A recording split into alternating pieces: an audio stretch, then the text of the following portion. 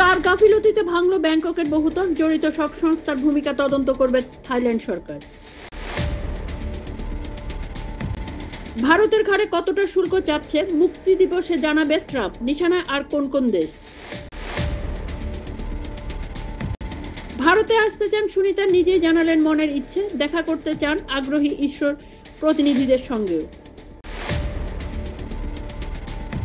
500 জন রোগী দেখার বেতন 3.6 কোটি টাকা, তাতেও পাওয়া যায় না চিকিৎসক, নেপথ্যে কি কারণ। জেলেদের দ্বীপে চলত মাদক, জুয়া, উদ্দাম যৌনতা, কোন জাদু বলে ভোল বদলে ফেলল এশিয়ার ধনী দেশ।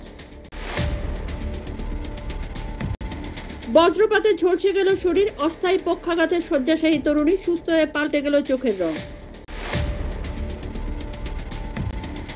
গাজার যুদ্ধবিরতির নতুন প্রস্তাব দিল মিশর এবং কাতার, হামাস মেনে নিল, কি করবে ইসরায়েল।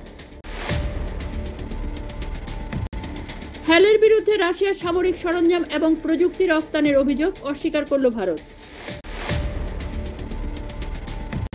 ডিসেম্বরের মধ্যে নির্বাচন না হলে অস্থিরতা তৈরি হতে পারে, এবার ইউনূসকে সতর্কবার্তা দিল বিএনপি। নোবেল শান্তি পুরস্কারের জন্য মনোনয়ন পেলেন জেলবন্দি ইমরান, কেন তিনি দাবিদার।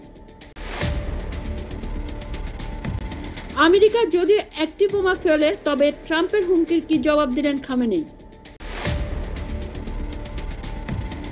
পাকিস্তানে ভূমিকম্প, কাঁপল করাচি এবং আশপাশের এলাকা, কম্পনের মাত্রা 4.7।